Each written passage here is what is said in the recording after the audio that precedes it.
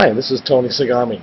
Hey, last week's piece about rising commodity prices and how they were killing the profits at Carlsberg Beer generated a lot of responses, particularly the part about corn and its use to produce ethanol.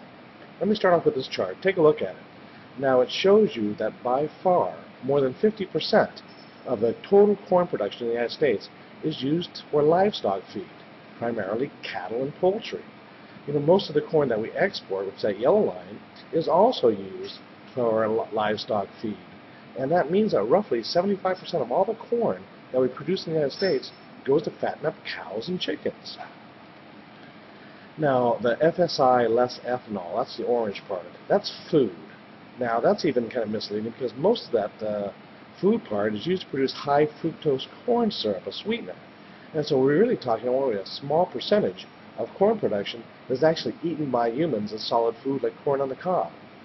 The point of this is that ethanol is a growing part of that corn consumption food chain, but the biggest use by far is to satisfy the world's growing demand for animal protein. Now, perhaps the biggest impact of ethanol is the government subsidies, and it makes it more profitable to grow yellow corn instead of white corn. Take a look at this chart. You can see that ethanol production really took off after the government started offering big ethanol subsidies in 2005. Now, let me point this out. There are two types of corn, primarily types of corn. The number one white corn is used for eating, and the number two yellow corn is used for feed and ethanol. When you drive through Nebraska, Iowa, Kansas, most of those corn plants that you see are yellow corn. Now, renewable energy is a great concept, and there's a lot of options, whether it's solar, wind, or ethanol, but none of them are really viable without extensive government subsidies. Think about electric cars. What a lot of people don't realize is that 50% of electricity in the United States is produced by coal-fired plants. So people that drive electric cars, like Ed Begley and the rest of his Hollywood pals, when they think they're being very energy efficient, they forget that the odds are the power they get to power that electric car is coming from coal-fired plants. Of course, the answer depends on the municipality. But overall, half that power for electric cars is used by burning coal. Now, there's a lot of ways to play that investment if you want to participate in ethanol.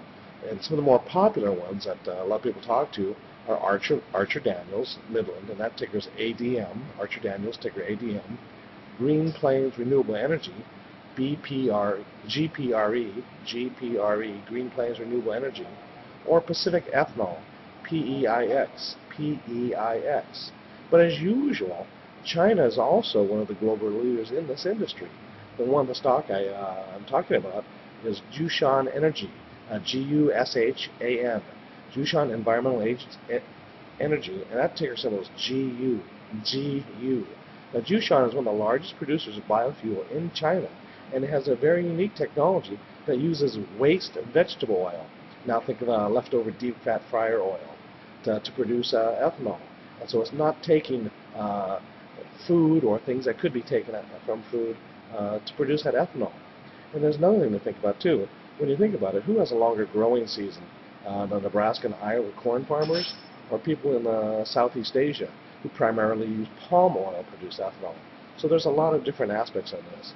But the important point for you is that Jushan Energy is listed right here on the New York Stock Exchange, and it's recently jumped along with the price of oil.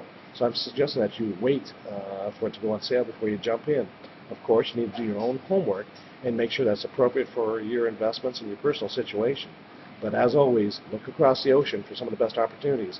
Until next week, this is Tony Sagami signing off.